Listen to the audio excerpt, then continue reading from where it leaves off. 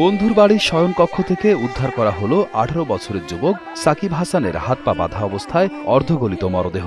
দুইটা পার মধ্যে তার দিয়ে বাঁধা ছিল, গলাতে সুতি কাপ সাদা একটা গেঞ্জি দিয়ে বাঁধা ছিল, আর মুখটা একেবারে গলে গেছে, চোখ দুটা বাইরে হয়ে গেছিল। মানে চোখে কিছু মারছে নাকি তা জানি না, চোখ দুটা বাইরে হয়ে গেছে আর শরীরটা পুরো ফুলা। পরিবার সূত্রে জানা যায় 10ম শ্রেণীর ছাত্র সাকিবের ক্রিকেট খেলার প্রতি প্রচণ্ড ঝোঁক ছিল। শুক্রবার বিকেলে বাবার সাথে মাঠে কাজ করার সময় তার বন্ধু মিরাজুল বারবার ফোন দিয়ে তাকে ডাকতে থাকে।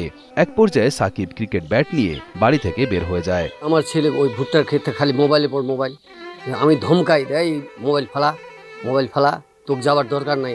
বলছে আমার ক্রিকেট খেলার জন্য আমার বন্ধুগুলো ডাকতেছে, আমি ক্রিকেট খেলার জন্য। কোথায়? বলছে দৌলতপুর স্কুলে।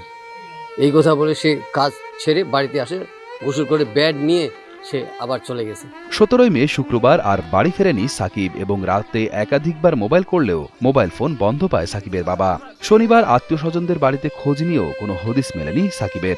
রবিবার সকালে ছেলের মৃত্যুর খবর পান তার বাবা। সন্ধ্যা 9টার দিকে আমি মোবাইল করি, আর মোবাইলে কল যায় না, বন্ধতে এই অবস্থায় খোঁজাখুঁজি করি, পরে তো আর কোনো হদিস পাইনি। তো আমি মনে করছি যে কোথাও আত্মীয় স্বজনের বাড়ি গেছে। এই অবস্থায় পরের দিন সকালে খুঁজি, কোনো আত্মীয়র বাড়িতে যায়নি। এই অবস্থায় আসি, থাকার পরে আজকে ঠিক ভোর 4টার সময় আমার এক লোক আসে, আমাকে বলে যে তোর ছেলে বাড়িতে আছে। আমি তো আমার ছেলে বাসায় নাই। বলছে ওখানে এই টেনাতে একটা লাশ পাওয়া গেছে। এই তখন যায় দেখি এই অবস্থা। গত 19 মে সকালে দিনাজপুরের বোচাগঞ্জ উপজেলা থেকে সাকিবের বন্ধু মিরাজের বাড়ির শয়নকক্ষ থেকে হাত পা বাঁধা অবস্থায় অর্ধগলিত এই মরদেহ উদ্ধার করে পুলিশ। তবে সে সময় সাকিবের বন্ধু মিরাজুল এবং তার বাবা লাইসুর রহমান উপস্থিত ছিলেন না।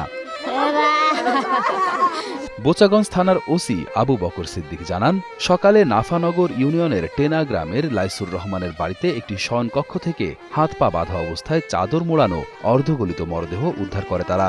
এ সময় বাড়িতে লাইসুরের বাক প্রতিবন্ধী স্ত্রী ছাড়া কেউ ছিলেন না। বর্তমানে সাকিবের বন্ধু মিরাজুল ও তার বাবা লাইসুর পলাতক রয়েছেন। মরদেহের ময়নাতদন্ত শেষে পরিবারের কাছে হস্তান্তর করা হলে 19 মে বিকেলে নিহত সাকিবের জানাজা ও দাফন সম্পন্ন করা হয়। নিহত সাকিব হাসান দিনাজপুরের বোচাগঞ্জ উপজেলার উত্তরপাড়ার মুমিনুল ইসলামের ছেলে। পরিবারের সদস্যরা এই নির্মম হত্যাকাণ্ডের সুষ্ঠু বিচার চেয়েছেন। আমি ন্যায্য বিচার চাই, আমার চোখ যারা মারছে আমরাও তারাকে ওরকম শাস্তি দিতে চাই।